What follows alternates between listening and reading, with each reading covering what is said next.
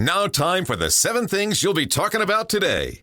Number 7. As I told you, there are multiple teachers across Alabama that have taken to social media and to the news media to talk about how students are more focused and engaged and disciplined in the first few weeks of the 2025 school year after Alabama banned cell phones in the classroom. Now, students are whining about the policy. There's one video of a girl saying, I can't make it the next 200 days like this. Oh, I can't do it. Tough. I think it's funny. I really do.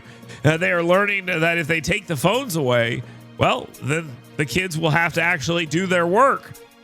Yeah, no headphones, no smartwatches, none of this other stuff. They're not allowed to do it anymore. They have to actually do their schoolwork. My question is, were they allowing these kids to just play on their phones during class? Is that what they, until the whole school system took them away? Is that what they were doing? Number 6. Speaking of school, you have a Montgomery mother who is very excited about the Choose Act, school choice. And she's telling other parents, hey, don't be lazy. All it is paperwork. You get that done, you're going to be very happy that you did. A mother, Brianna McDade, of Montgomery, was very happy to see what's going on right now with her kids. She said, quote, use it. It's only paperwork. The hardest part is a 5-minute application. Give your children the advantage that we did not have growing up. And she enrolled her kids in some private schools, and she is very happy with what she is seeing. She says the Choose Act makes this work for her. It gives them opportunities that she didn't have before, and she is very happy to see this taking place. It's going to expand. People are happy with it already. People support the expansion. This has been a really good thing so far. Number 5. Former Decatur police officer Mac Marquette, who was or is being charged in the 2019 shooting of Steve Perkins during that repossession attempt in Decatur, had a criminal appeals court say, this self-defense thing doesn't really meet the merits of us wiping this away right now. You do need to go to the murder trial, and that's exactly what's going to start, I believe, September 15th. That's when that whole thing will kick off, and there will be a trial, and he will have to defend himself. I don't think there's a very good chance of him being convicted here, but they have been unable to get the case tossed before the case kicks off. It was 2023. I don't know why I said 2019. 2023 shooting of Steve Perkins. It's a sad story. It really is. I don't think any of this had to happen the way it did, but that doesn't make Marquette a murderer, and that's going to be found. Number 4. I got to tell you the truth. I don't like this. I do not like this one bit, but former U.S. Representative Mo Brooks seems to be inching closer to deciding whether or not he's going to run for the United States Senate. I don't think it's going to happen. I don't, but the door is open and he continues to refuse to slam it. And I understand why. Sometimes people feel called. He says it's possible, but improbable that he will run. He also has made the argument that he wants to see more from the candidates that are currently in the race, talking about national insolvency. He's always been a debt deficit hawk. And he also wants Donald Trump to be called out when he makes errors. He says he's willing to do those things, and some other candidates are not. So he is considering leaving that door open. He's told us that numerous times on this program and elsewhere. I don't see it. I don't see a path to victory either, honestly. Number 3. And here's why.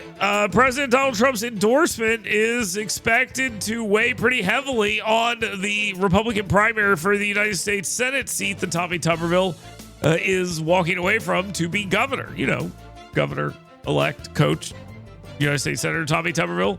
Yeah, well, no one really has the endorsement at this point, obviously, but everybody wants it. And it's very possible that both Steve Marshall and Barry Moore have talked to Donald Trump, and Donald Trump's like, yeah, I'll endorse. Or he said, I'll stay out of it. What he's going to actually do, nobody knows. And they will go out and they will seek that endorsement. And if you get it, it's going to matter.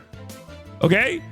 It is absolutely going to matter. That endorsement can win the race for Barry Moore, or it can seal the deal for Steve Marshall. That's just a simple fact. Number 2. President Donald Trump and Ukrainian President Vladimir Zelensky will meet at the White House today. Zelensky will wear a suit. Yes, I know.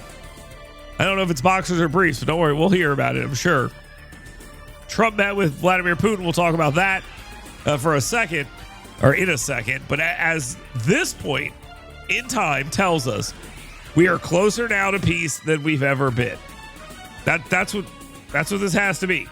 It has to be about this. It has to be about getting some kind of peace deal done, and they're close. No NATO for Ukraine, some land concessions, and some form of a security force of NATO, which includes United States individuals, soldiers, to keep the peace there. That's the suggestion that people are looking at right now. Maybe a deal is in the offing. Now, time for the number 1 thing you'll be talking about today. Our friends in the media have decided the worst thing that can happen is peace in Ukraine. That is the worst thing that can possibly go down, and they have to figure out a way to make that not happen. And the way they're doing that is basically by arguing that, Putin can't be trusted, Trump can't be trusted, and Zelensky should go it alone, except with the backing of all the Europeans who are clearly coming to make sure that Trump doesn't get bullied, even though that's just not true.